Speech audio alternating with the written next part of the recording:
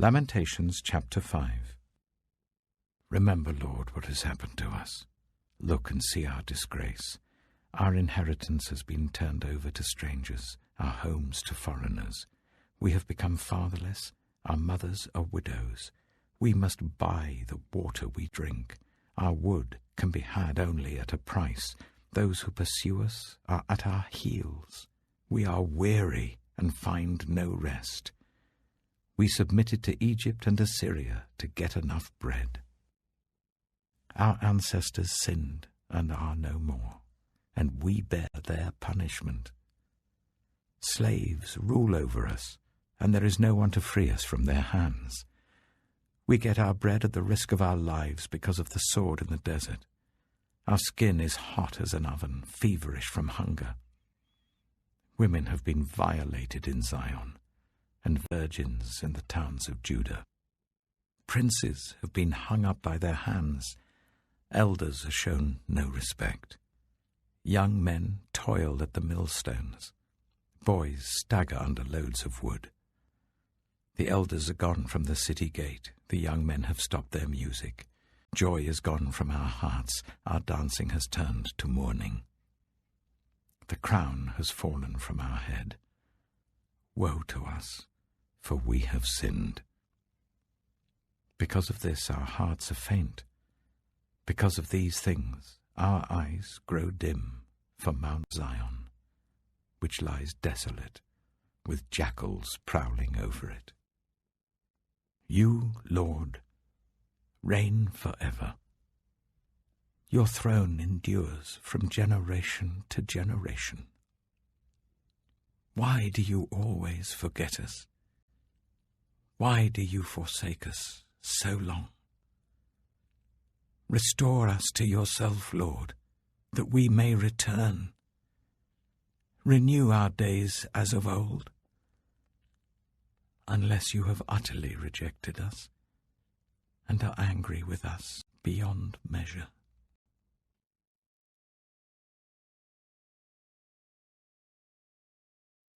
The Book of Ezekiel. Ezekiel, chapter 1. In my 30th year, in the 4th month, on the 5th day, while I was among the exiles by the river Kibar, the heavens were opened, and I saw visions of God. On the 5th of the month, it was the 5th year of the exile of King Jehoiakim, the word of the Lord came to Ezekiel the priest, the son of Buzi, by the river Kibar in the land of the Babylonians. There the hand of the Lord was on him. I looked, and I saw a violent storm coming out of the north, an immense cloud with flashing lightning and surrounded by brilliant light. The center of the fire looked like glowing metal, and in the fire was what looked like 4 living creatures. In appearance their form was human, but each of them had 4 faces and 4 wings. Their legs were straight. Their feet were like those of a calf and gleamed like burnished bronze. Under their wings, on their 4 sides, they had human hands. All 4 of them had faces and wings, and the wings of one touched the wings of another. Each one went straight ahead. They did not turn as they moved.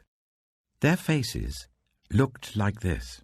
Each of the 4 had the face of a human being, and on the right side each had the face of a lion, and on the left the face of an ox. Each also had the face of an eagle. Such were their faces. They each had 2 wings spreading out upwards, each wing touching that of the creature on either side, and each had 2 other wings covering its body. Each one went straight ahead. Wherever the spirit would go, they would go, without turning as they went. The appearance of the living creatures was like burning coals of fire, or like torches. Fire moved back and forth among the creatures. It was bright, and lightning flashed out of it. The creatures sped back and forth like flashes of lightning. As I looked at the living creatures, I saw a wheel on the ground, beside each creature with its 4 faces. This was the appearance and structure of the wheels. They sparkled like topaz, and all 4 looked alike. Each appeared to be made like a wheel intersecting a wheel. As they moved, they would go in any one of the 4 directions the creatures faced. The wheels did not change direction as the creatures went. Their rims were high and awesome, and all 4 rims were full of eyes all around. When the living creatures moved, the wheels beside them moved, and when the living creatures rose from the ground, the wheels also rose.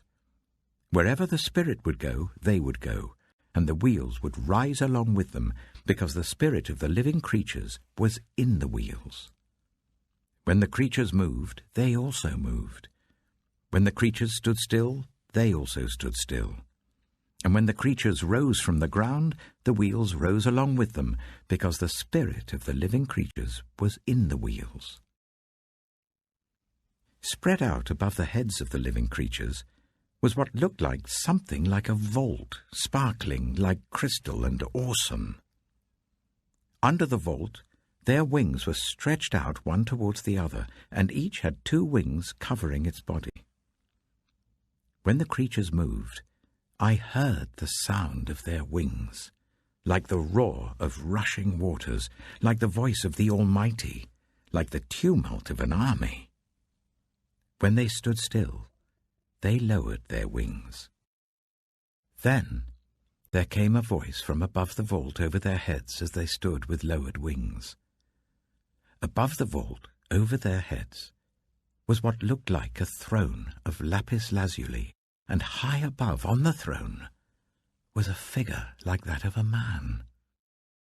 I saw that from what appeared to be his waist up, he looked like glowing metal, as if full of fire, and that from there down he looked like fire, and brilliant light surrounded him.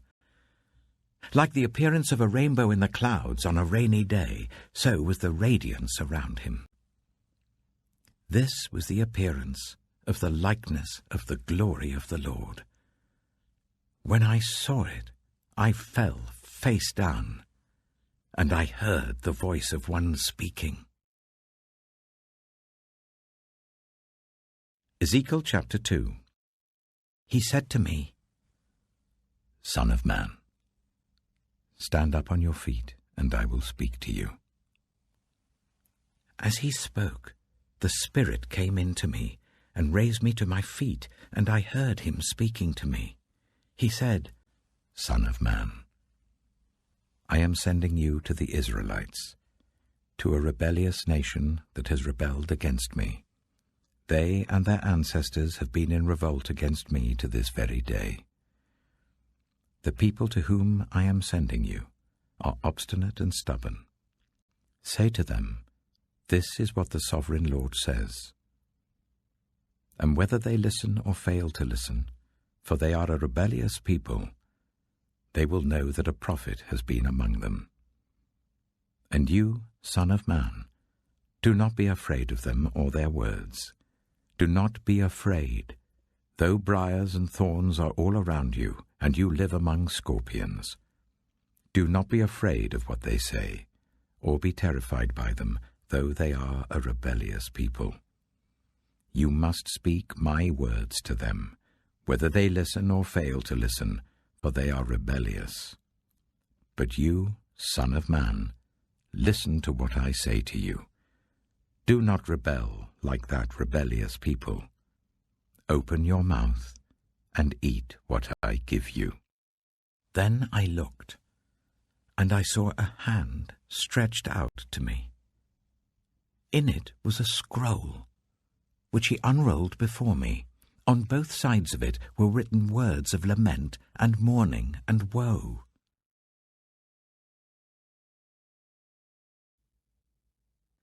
Peter chapter 3. Wives, in the same way, submit yourselves to your own husbands, so that if any of them do not believe the word, they may be won over without words by the behavior of their wives, when they see the purity and reverence of your lives. Your beauty should not come from outward adornment, such as elaborate hairstyles and the wearing of gold jewelry or fine clothes. Rather, it should be that of your inner self, the unfading beauty of a gentle and quiet spirit, which is of great worth in God's sight. For this is the way the holy women of the past, who put their hope in God, used to adorn themselves. They submitted themselves to their own husbands, like Sarah, who obeyed Abraham and called him her Lord. You are her daughters if you do what is right and do not give way to fear.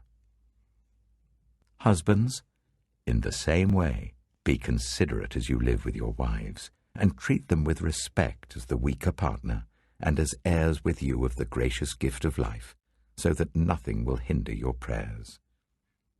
Finally, all of you, be like-minded, be sympathetic, love one another, be compassionate and humble. Do not repay evil with evil or insult with insult. On the contrary, repay evil with blessing, because to this you were called, so that you may inherit a blessing. For whoever would love life and see good days must keep their tongue from evil and their lips from deceitful speech. They must turn from evil and do good. They must seek peace and pursue it.